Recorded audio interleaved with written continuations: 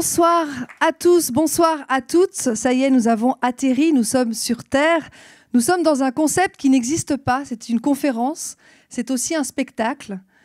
On va aller dans l'univers d'un homme de brousse qui a vécu en Afrique pendant 30 ans, que j'ai rencontré cet été et qui m'a familiarisé avec des animaux que je n'avais pas forcément en affection très intense.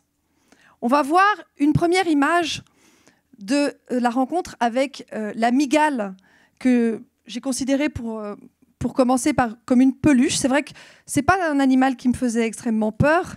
Ce qui me faisait beaucoup plus peur, en revanche, c'est le scorpion. J'avais demandé à Philippe qu'il ne me pose en aucun cas un scorpion dans la main. Il faut savoir que Philippe, quand on lui dit quelque chose, il fait le contraire. Donc si vous voulez obtenir quelque chose de lui, il ne faut surtout pas lui dire ce que vous ne voulez pas avoir, parce qu'il va vous le présenter. Il m'a mis le scorpion dans la main. Il m'a dit « T'inquiète pas, je l'enlève dans 5 minutes. Tu me dis quand je l'enlève. Dès que tu as peur, je l'enlève. » Il a changé de pièce. Il m'a laissé avec le scorpion. J'ai dit « Philippe, il est où ?» Il est revenu. Il a mis sa main sur ma main qui tenait le scorpion. J'ai dit « Philippe, joue pas avec ça, s'il te plaît. Là, je commence vraiment à avoir peur. » Il a commencé à secouer ma main et à la renverser. Je ne me suis pas évanouie, mais j'étais pas loin. Il a ouvert ma main et là, le scorpion dormait. Il faut savoir que les animaux, quand on les met sur le dos, s'endorment. Aujourd'hui, je vous présente l'Indiana Jones, le Crocodile Dundee, le Johnny Clegg qu'on a en France. Vous avez la possibilité de vous détendre dans vos sièges. Je ne sais pas si vous avez vu, il y a la fonction transat. Vous vous reculez un petit peu. Le bar est ouvert pour les pauses. Je vous souhaite un bon voyage. Je vais appeler maintenant 2 hommes extraordinaires. Je t'appelle Philippe Gillet. Je vous demande de les accueillir très chaleureusement. Et Steven Kittirat, son découvreur. Bon spectacle. Et on se retrouve dans à peu près 1h30.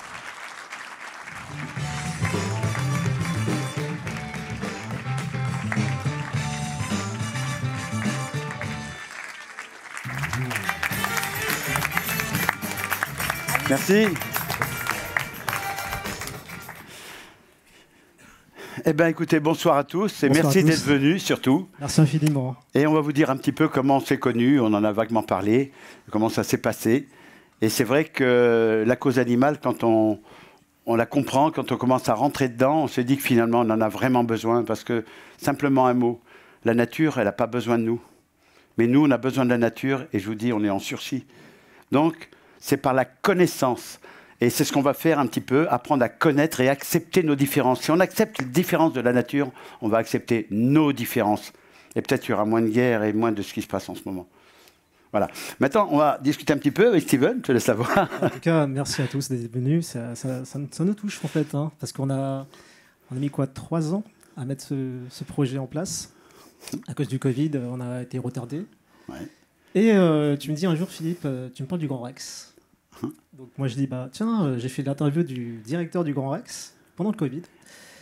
Et j'ai dit, bah tiens, on va faire, je vais être en lien avec lui. Tout de suite, ça a super bien matché. On a fait quoi, 3 visios. Et il nous a dit, Alexandre, carte blanche, allez-y.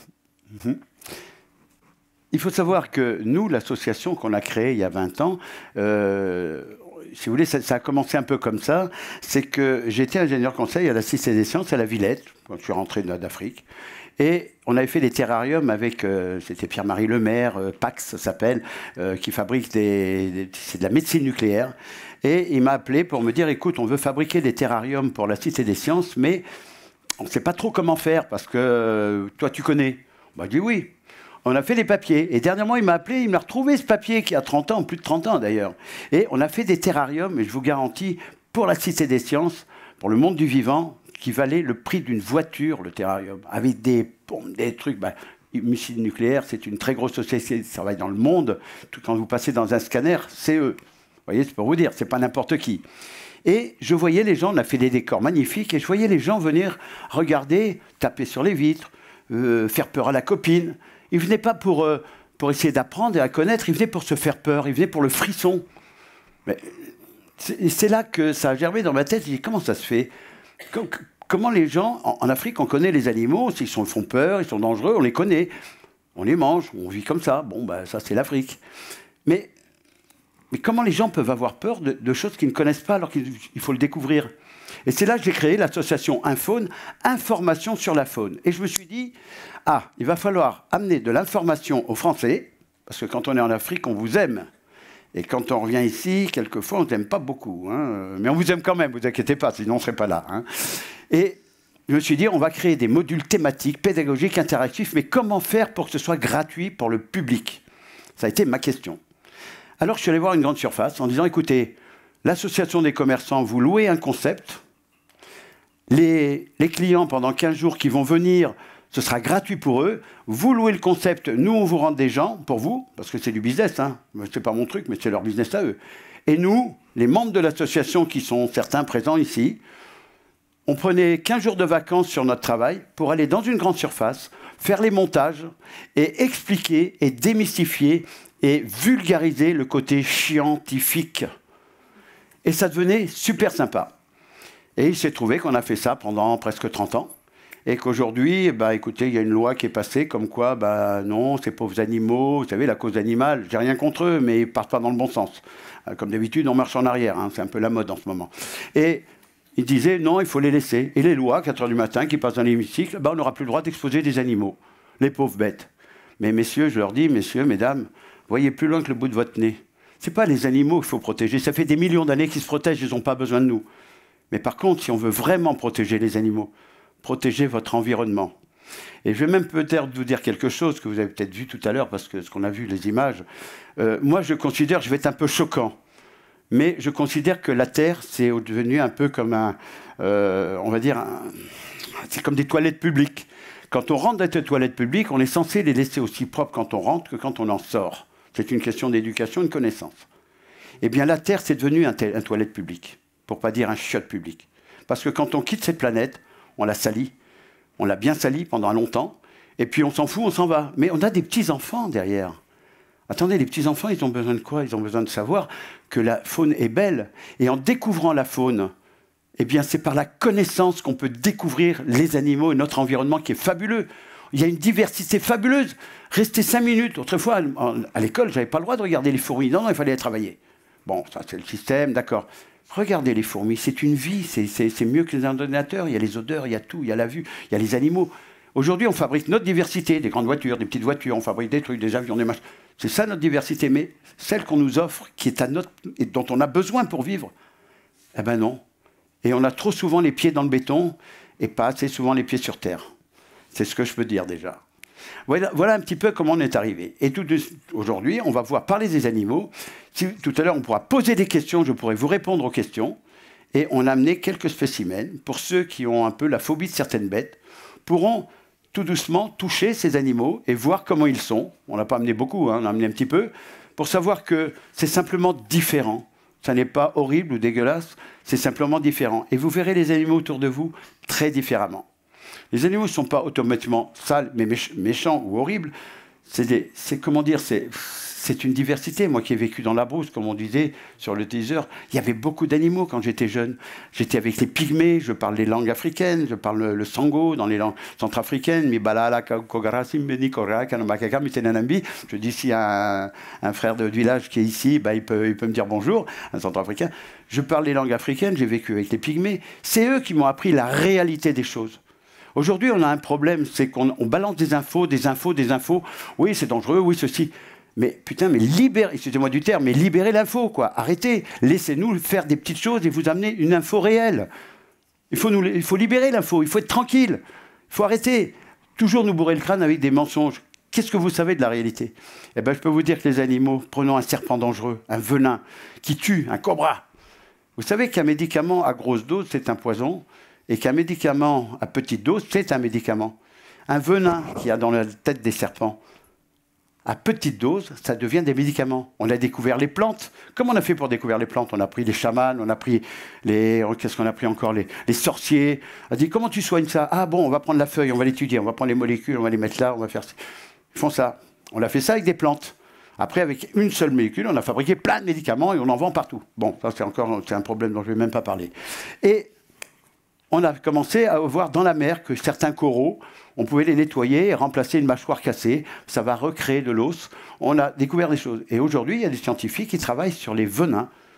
Bon, évidemment, quand on ne peut pas amener d'argent, on ne peut pas trop chercher. Donc, ils le font de leur poche. Ils se débrouillent eux-mêmes avec les microscopes.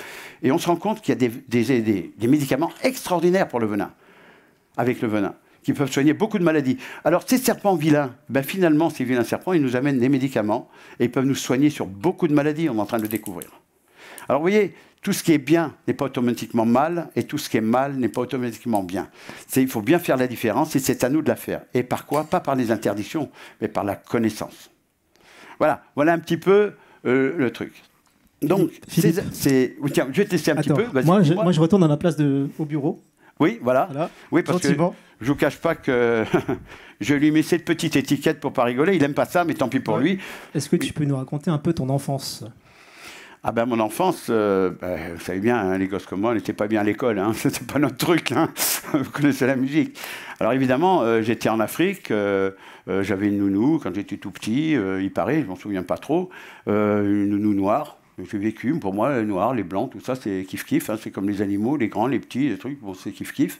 Et souvent, j'entendais quand j'étais petit, oui, tu es encore allé chez les sauvages de la brousse. C'est quoi les sauvages de la brousse? C'est les Africains qui vivent dans la brousse? Et tout petit, j'ai compris une chose, que les sauvages, ce n'est pas ceux qui vivaient dans la brousse, c'est plutôt ceux qui allaient détruire la brousse pour aller se ramasser des trucs et des machins et qui laissaient les sauvages dans leur brousse abandonnée. C'est là que j'ai compris que ce n'étaient pas des sauvages de la brousse. Alors souvent, oui, on a des mots tout faits. Non, ceux qui vivent en symbiose avec la nature, ils ont droit à la nature. Ils sont pieds nus dans leur terre et ils sont en symbiose avec la terre. Nous, on a des chaussures et du béton, alors on ne pense mieux dans grand-chose. Et c'est comme ça que j'ai grandi, tout doucement. Évidemment, après, il m'est arrivé plein d'aventures dans la vie. Hein, j'ai fait des tas de choses. Évidemment, je suis parti à droite, à gauche. J'ai été à Madagascar, j'ai été dans tous les pays du monde, en Asie. Et j'ai appris à connaître comment on manipule ces mal-aimés. Parce que nous, on a considéré que ces animaux, ce sont des mal-aimés. Ils ne méritent pas qu'on ne les aime pas. Franchement, ils ne le méritent pas. C'est des animaux qui sont simplement différents, j'arrête pas de le dire. Mais quand on les regarde de près et quand eux s'habituent à nous, je vous garantis que quand un animal comme un crocodile ou autre chose vous donne sa confiance, c'est à vie. Ça, je ne le vois pas chez les hommes souvent. Hein. C'est pas à vie. Ça donne, mais pas à vie. Chez un animal, quand il a confiance en vous, c'est à vie. Regardez les chiens, les chats qui nous amènent autant de bonheur. On ne peut pas vivre sans animaux, c'est impossible. Je vais même vous donner un exemple. Vous achetez votre premier appartement ou vous louez un appartement. Vous rentrez dans cet appartement, il y a du béton partout. Paf, paf, paf, paf, tout est blanc, tout est propre. Vous mettez votre lit, votre chaise, vos tables, vos assiettes, vous installez. Et puis, la première chose que vous allez acheter, c'est une plante, une petite fleur. Vrai ou faux? Une petite fleur. Parce que nous sommes issus de la nature, nous avons besoin de la nature, et sans elle, on déprime. Mais on ne s'en rend pas compte, c'est derrière, dans notre subconscient. On va acheter une plante, une petite fleur ou un bouquet de fleurs. Et là, on est bien. Et quand je vais aller chez un dentiste, par exemple, il y aura un aquarium, parce que ça va vous détendre, ça va vous ressourcer. Et moi-même, quand j'ai des problèmes, je ne vais pas me plaindre à quelqu'un. Non, je me débrouille, je me répare tout seul. Je vais dans la forêt, je passe ma nuit dans la forêt, tranquille, à écouter les bruits, les odeurs. Et je repars, je suis gonflé. Parce qu'on a besoin de cette nature. Et on lui tourne le dos aujourd'hui. Vous savez ce qu'ils font, nos enfants, en ce moment? Voilà, ils sont sur des ordinateurs. C'est sympa quand même, non? Ils ne regardent pas la nature. Ouh, ça me rappelle un Mbakala. Ah, Kogra. Oui, bah oui, on est un peu dans la brousse quelquefois. Eh bien, ils sont sur des ordinateurs, ils vivent avec des ombres. Mais si ces enfants ne vivent qu'avec des ombres, qu'est-ce qu'ils vont protéger? Ils vont protéger des ordinateurs quand ils seront vieux, quand ils auront mon âge? Ils vont dire, ah ouais, attends, tu sais, on peut mettre telle molécule, ça fait ça, puis on l'a en 3D. Aujourd'hui, on enlève les animaux pour les mettre en 3D. Mais non, c'est pas comme ça. Il y a des odeurs, il y a des formes, il y a l'œil, il y a des choses qui se passent. Il faut montrer ces animaux, le peu qui reste. Nous, on a des animaux qu'on ne peut pas renvoyer dans leur pays. On n'a pas le droit, parce qu'ils peuvent amener des maladies dans leur pays sur d'autres animaux. Et puis, d'autre part, une fois qu'ils sont en France, ils restent en France, parce que si vous dites aux Indiens, oh, on a récupéré en France 10 cobras, on ne sait pas quoi en faire, on va vous les emmener. Les Indiens ils vont vous dire, oh, vous rigolez ou quoi? On en a chez nous, il y a des morts, vous gardez vos cochonneries, vous n'avez qu'à pas les avoir, hein, tant pis pour vous. Qu'est-ce qu'on fait de ces animaux? Alors nous, les spécialistes, ceux qui aimons ou les amoureux de ces animaux, on les garde chez nous. On les regarde vivre comme si c'était une fleur ou un aquarium ou un oiseau en cage. Dommage quelquefois pour les oiseaux, mais bon, peu importe, c'est comme ça. Parce qu'on en a besoin pour vivre et on est beaucoup plus sain. Et quand vous avez ces animaux qu'on ne peut pas renvoyer dans le pays chez vous, on se dit c'est nous qui en profitons. Mais pourquoi ne pas partager dans l'association et vous faire découvrir ces animaux? Nous, on les a tous donnés, on leur a donné un titre ambassadeur. Ces animaux sont des ambassadeurs. Ils vont représenter leur espèce dans des galeries marchandes. Et les gens vont pouvoir les voir, comprendre et toucher. Et les enfants, ce n'est pas des Pokémon. Un Pokémon, il a besoin d'une usine nucléaire. Alors qu'un lézard, il a besoin d'une forêt. Et nous aussi, on a besoin d'une forêt. Il faut bien faire cette différence. Aujourd'hui, vous ne faites même plus la différence tellement on est pris par un système où on roule trop vite. Et on n'a pas le temps de s'arrêter, de faire une pause et de regarder la nature. Parce qu'on en a besoin. Et je vous garantis que quand on regarde et qu'on vit en symbiose avec la nature, on est sain. On voit les choses objectivement, on ne croit pas tout et n'importe quoi. C'est tout simple. Mais voilà un petit peu comment ça se passe et comment on voit les choses, nous, de notre côté. Et évidemment, quand vous avez des gens qui vous disent, c'est très rare, hein, dans les grandes galeries marchandes, on rentrait en 15 jours entre 300 et 300 000, et ouais, entre 250 et 300 000 personnes dans la quinzaine. C'était gratuit. Et ils posaient des questions. On a des sondages, des piles de sondages que les gens se remplissaient eux-mêmes. Et on voit l'évolution. Et avec les médias aussi, ils ont fait beaucoup de bêtises, mais aussi d'amener ces animaux. Mais quand on voit à la télévision ou sur un mur un animal, c'est gentil. Mais c'est vivant ou c'est pas vivant pour un enfant? Il ne sait pas. Donc il faut bien montrer la différence. On a besoin des animaux. Et je vais même vous dire une chose, moi qui suis contre, on ne fait pas de commerce d'animaux. Nous, non, les animaux restent chez nous, ils restent chez nous, terminé. Ils arrivent, ils restent. On est contre le commerce. Mais pas contre. Il ne faut pas être bête non plus. Aujourd'hui, on a l'Europe. Donc vous avez des salons en Allemagne, en Hollande, où on vend des centaines d'animaux, des éleveurs, des passionnés en élèvent des centaines. Alors nous, en France, nous on dit oh non, non, on va arrêter les magasins, on va arrêter de vendre des animaux, c'est pas bien. Oui, mais les animaux qui sont rentrés en France, ils sont en règle, ils sont nettoyés, ils sont propres, ils sont clean, ils sont reproduits en captivité. Alors qu'est-ce que vont faire les gens? Quand il n'y aura plus rien à vendre en France, on va perdre de l'argent, comme d'habitude, hein, on a l'habitude. Hein. Eh ben, on va aller en Allemagne, on va aller en Hollande, on va aller acheter des animaux là-bas, on va les ramener, mais là, ils ne sont plus en règle, parce qu'on a gardé nos vieilles lois. Et qu'est-ce qu'ils font, ces animaux? Quand quelqu'un a un cobra, par exemple, qu'il a acheté, ou deux cobras, un mâle, une femelle, qu'est-ce qu'il va en faire? Il se dit, tu vas les garder pendant 2 ans, il est content, mais au bout de 2 ans, sa femme est enceinte, elle dit, il faut que tu choisisses entre les serpents et moi. Ou alors, on divorce, il faut les enlever, ça c'est moins drôle. Ou alors, l'enfant qui a eu un iguane, il a grandi, les parents ne savent plus s'en occuper. C'est comme ça qu'on récupère des animaux. Mais ceux qui ne savent pas parce qu'il n'existe pas de refuge en France, et ceux qui ne savent pas, ils les relâchent dans la nature. Mais avec le dérèglement climatique, qu'est-ce qui se passe en ce moment? Il se passe que ça chauffe un peu. Ça durera le temps que ça tend. Bon, la Terre, ne vous inquiétez pas, nous on s'inquiète, mais elle ne s'inquiète pas pour nous. Hein. On disparaîtra, elle fera autre chose. Elle sera toujours là, la Terre, hein, pendant encore très longtemps.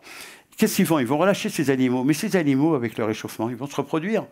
Donc qu'est-ce qu'on va laisser à nos enfants? Vous vous rendez compte qu'on va laisser des cobras, des serpents de sonnette, qui vont s'installer en France? On a assez des tortues de Floride, des ragondins et de tout ce qui arrive derrière. Alors je dis, il faut monter un refuge. Vous savez, on dit aux gens, ne jetez pas de papier par terre. Oui, mais on vous fabrique des poubelles. Là, on dit aux gens, ne jetez pas vos serpents dans la nature. C'est une pollution écologique punissable par la loi. Il ne faut pas le faire. Et entre parenthèses, certains animaux ont des puces en France. Et donc, on peut retrouver le propriétaire s'il l'a abandonné ou s'il s'est échappé. Donc, on dit ça. Mais il n'y a pas de refuge. Il y a des refuges pour les chiens, pour les chats, mais il n'y a rien pour les reptiles. Et donc, nous, depuis 3 ans, puisqu'on n'a plus le droit de faire d'exposition, on récupère les animaux. On est en train de monter un refuge national où les animaux, parce qu'il faut penser à eux, ils ne sont pas là pour subir les lois humaines et en prendre plein la figure à cause des lois humaines, ce n'est pas leur problème, ce n'est pas leur responsabilité. Donc nous, on les récupère et on va trouver des locaux sécurisés où tous les animaux qu'on trouve, tortues florides, on puisse les mettre dans ces locaux qui puissent vivre jusqu'à leur mort tranquillement. On ne fait pas de reproduction, il nous en arrive d'avoir une reproduction sans faire exprès, mais on évite. Mais au moins ceux qui sont là, on leur donne un petit peu une dernière façon de vivre tranquillement jusqu'au bout de leur vie. Je pense que c'est la moindre des choses qu'on puisse faire à ces animaux qu'on a mal aimés, qu'on n'a pas compris et qu'on ne veut toujours pas comprendre. Vas-y, je te laisse me poser des petites questions parce que je suis très bavard, vous avez remarqué. C'est parti pour 5 heures. Hein. Du coup, les gens n'auront plus de questions à te poser. Non, moi, la première question que j'aimerais te poser, Philippe. Dans la deuxième partie, s'il y a des questions, on te pose des questions. Deuxième partie. Questions-réponses sur la deuxième partie. Posez-moi des questions et on va vous répondre sur des choses toutes simples, parce que je ne parle pas de ce que j'ai lu. Je lis très mal, parce que, enfin si, je lis bien quand même, mais bon, j'étais pas bien à l'école, je fais des fautes quand j'écris, donc c'est pas grave, on peut prendre une secrétaire, c'est pas grave, pour corriger, parce qu'on a l'air bête. Mais ce que j'ai vu, ce que j'ai entendu, ce que j'ai senti, et comment j'ai analysé un vieux de 70 ans, 71 ans, peu importe, comment on analyse ce qui s'est passé en 50 ans. Je dis aux enfants, le monde, les enfants, vous appartient. Il est à vous. Nous, les vieux, on va dégager. On vous a laissé une grosse poubelle, là. Alors, ne faites pas les mêmes bêtises que nous. Regardez bien, on a fait des bêtises. Apprenez à rentrer et comprendre dans la faune animale, de comprendre la faune, et vous vous autoprotégerez, vous protégerez votre descendance. Si on continue à tout détruire, on va se retrouver où? Dans des grottes, à manger des racines. Vous imaginez ce que ça fait? Vivre dans des grottes avec un masque, en plus, parce que l'air va être pollué. Einstein a dit une chose, si les abeilles disparaissent, 4 ans après, l'humanité va disparaître. C'est pas de moi, c'est de Einstein. On a perdu aujourd'hui, comme je l'ai dit, 80% de nos insectes. Prenez votre voiture, vous partez du bout de la France, vous allez à l'autre bout de la France. En été, votre pare-brise, vous allez peut-être le nettoyer une fois. À mon époque, quand j'étais jeune, on s'arrêtait dans 4 stations pour nettoyer le pare-brise, parce qu'on ne voyait plus rien avec les insectes. Ils sont passés où, ces insectes? Évidemment, on met des produits chimiques partout. Moi, j'ai fait une vidéo, vous avez peut-être vu certains, sur un frelon asiatique. J'ai pris un petit bout de viande, il est venu se poser. J'ai montré aux gens, non pas que ce soit un frelon asiatique, mais vous voyez, c'est un frelon, il est dangereux. Mais si vous le poussez avec le doigt, vous parlez doucement avec lui, vous ne vous agitez pas, il se pousse, il ne vous dit rien. J'ai eu à peu près 800 commentaires, pas beaucoup, mais c'est pas mal. Oui, ça tue les abeilles, il faut les tuer. Ça tue les abeilles, il faut les tuer. Ça tue les abeilles. Il n'y en a pas un qui m'a parlé du glyphosate, qui tue non seulement les abeilles, mais tout ce qu'il y a autour. Parce qu'il ne faut pas oublier que maintenant, les moustiques, ils reviennent quand même. Les prédateurs des moustiques, il n'y en a plus. Vous les voyez, les hirondelles, vous? Vous les voyez, les hirondelles? Il n'y en a plus. Pourquoi? Parce qu'elles se nourrissent en mangeant des insectes en volant. Alors, qu'est-ce qui se passe si elles mangent des insectes en volant? S'il n'y en a plus, c'est qu'il n'y a plus à manger. Donc, elles restent en Afrique, elles ne reviennent plus en France, ce n'est pas la peine. Et donc, tous ces insectes qui disparaissent, eh bien, quand le frelon il est arrivé avec ses bagages en France, il dit, mais il n'y a personne pour m'accueillir. Mais il n'y a personne du tout, je vais m'installer là. Et il s'est installé en France. Et il y en a d'autres frelons qui arrivent, encore d'autres espèces qui s'installent. On a dégagé les anciens insectes. Avant, quand il y a un moustique, on faisait ça, il arrêtait. Mais maintenant qu'il y a des frelons, vous allez faire ça. Papa va être drôle du tout. Alors, vous voyez que on veut faire le bien en faisant des belles salades, des belles tomates à 100%, c'est bien. Elles n'ont plus de goût de rien. On fait des sols pour que les machines ramassent au ras du sol. Les tortues, ça les coupe automatiquement. Les petits fonds qui sont dedans. On ne se rend pas compte qu'en voulant aller trop vite, on ne réfléchit pas. On paye tous des impôts. Je parle des grands, pas les jeunes, pour le moment. Mais vous allez voir, ça va monter en plus. Pas drôle, ça. On paye des impôts. On paye 20% à peu près de TVA en moyenne. Enfin, c'est 20%. Eh bien, écoutez, pourquoi on ne donnerait pas à la nature, j'ai le droit de rêver, on ne lui donnerait pas 20% à elle. Ça veut dire qu'on ne met pas de produits chimiques. On sait qu'on va perdre 20% de la récolte, mais tous les insectes vont polliniser ailleurs. Et il y aura plus de miel, il y aura plus de ceci, plus de cela. On aura perdu un peu 20%. En ce moment, les agriculteurs, ils ont beaucoup de problèmes. On ne les aide vraiment pas. Et c'est pas drôle. Et c'est un boulot. Ils se lèvent le matin très tôt, ils se couchent très tard le soir. Ils doivent en faire des papiers. Je ne fais pas de pub, je fais pas de... Mais voilà, on connaît. On n'a plus le temps de s'occuper. Si moi, heureusement, je n'avais pas tous ces gens de l'association qui m'aident, si je devais faire tous les papiers, les autorisations, c'est très complexe, j'aurais plus le temps de m'occuper des animaux. Et moi, je sais m'en occuper, donc chacun fait sa partie. Et je vous garantis qu'une chose, si moi j'étais dans l'éducation nationale, vous savez ce que je ferais? Je demanderais que les écoles, les petits, les moyens, jusqu'à ça, même plus grands, et au moins, on va dire, une fois par mois, ou une fois tous les 2 mois, puissent partir en forêt avec des spécialistes de minéraux, spécialistes végétaux, spécialistes animaux. Ça leur permettrait quoi? Ça leur permettrait d'apprendre à connaître, de prendre les odeurs, et toute la vie, ils vont connaître ça, et quand ils auront mon âge, ils seront encore plus à protéger les animaux, et nous protéger, et protéger notre descendance. Voilà un petit peu comment je vois les choses. Je suis un peu fou, hein, le mec d'Afrique, vous inquiétez pas, hein, c'est pas un problème. Il n'y a pas longtemps que je mets des chaussures. Vas-y, je rigole. Moi, j'ai une question à te poser, Philippe, oui. Parce que tu as montré pas mal de vidéos. Tu as parcouru le monde entier, sans savoir parler anglais, et tu as réussi à communiquer avec beaucoup de gens de divers pays, juste en connaissant, en fait, tu parles de connaissances, en fait, mais ça dépasse la barrière de la langue. Tu as réussi à communiquer sans forcément maîtriser une langue. Et ça, je trouve assez incroyable. C'est un peu comme Tarzan, quoi. Non, Tarzan, d'ailleurs, j'ai essayé son slip, ça va pas du tout. Ça ressemble à... laissez tomber. Ah, vraiment moche. Pas terrible, surtout à mon âge. Non, vous savez, quand vous voyagez, moi je voyage dans les pays, je parle pas, et je parle même pas l'anglais. Je parle les langues africaines, mais je suis pas allé en Angleterre, je n'apprends pas les langues. Moi, c'est très, très dans mes oreilles, voilà. Eh bien, même moi j'étais avec le directeur de la Snake Farm il y a longtemps, en Thaïlande. Il ne parlait pas l'anglais, il ne parlait pas le français. Moi, je ne parlais pas non plus ni l'anglais, je parlais le français seulement, et lui, le thaïlandais. Eh bien, pendant 3 jours, il m'a fait découvrir des restaurants où on mange du cobra. J'ai fait une vidéo là-dessus, on fait un film, parce qu'on n'est pas là pour critiquer. Je suis allé avec les Sahraouis dans le désert, comment ils vont chasser les cobras. Ils voient une trace grosse comme mon doigt, ils disent c'est une femelle, il dort avec un mâle, c'est un cobra, et il dort dans la montagne là-bas. Oui, d'accord. Ils creusent, les gars, ils sortent le mâle, ils cherchent la femelle, il me dit touche, il y a les œufs dans le ventre. Avec une trace. Comment mais on a des possibilités énormes, parce qu'ils vivent en symbiose avec la nature. Ils savent, et ils ne sont pas mordre. Hein. Et quand on vit un peu dans tous les pays et qu'on communique, regardez, je suis très gestuel, je suis resté très africain, parce qu'à notre époque, parler avec les mains, c'était très mal élevé. Il fallait parler comme ça. Mais c'est un peu chiant quand même, excusez-moi. Bon. Eh bien, on arrive à communiquer, manger, parler. Et on communique dans tous les peuples, toutes les langues. Et après, on apprend les mots et on apprend le malgache, on parle un peu le malgache, je parle les langues. On apprend très vite parce qu'on a envie de communiquer. Et puis, les ressentis de chacun sur un animal, par exemple, ou sur un endroit, va dire c'est comme ça chez nous. Chez nous, c'est comme ça. Chez nous, c'est comme ça. C'est très différent. Chez nous, par exemple, on considère que l'âne, par exemple, pour les catholiques, l'âne qui a une croix sur le dos, vous savez, qui descend, eh ben, c'est celui, le descendant des ânes qui ont porté le bébé Jésus à la crèche. Ou après, enfin peu importe, moi je ne fais aucune religion, je trouve qu'elles sont toutes bonnes et toutes mauvaises en même temps. Alors vous voyez, je suis un emmerdeur pour ça. Je suis un athée, voilà. Mais parce que j'ai décidé, mais je suis de la base religion chrétienne. Ça, c'est une légende. Eh bien, en Thaïlande, vous avez une autre légende, le cobra, qui a un œil rond derrière son dos.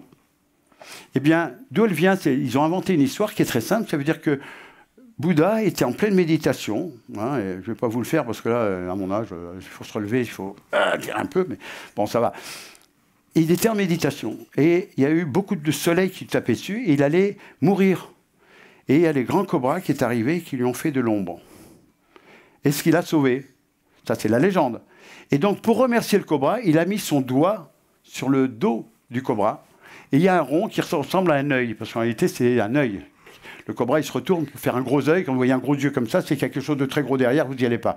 C'est ça, c'est la technique, comme le papillon qui ouvre ses ailes. Il y a 2 yeux, vous avez remarqué, l'oiseau, il s'en va, il ne le mange pas, hein, il a peur. Voilà. Eh bien, il a fait ça. Eh bien, on dit que le cobra, quand il a fait ce rond, c'est le doigt de Bouddha qui lui a fait la trace pour le remercier d'avoir sauvé. Vous voyez, on a tous des légendes différentes, mais ça revient à la même chose. La protection humaine, la protection des enfants, la protection de tout.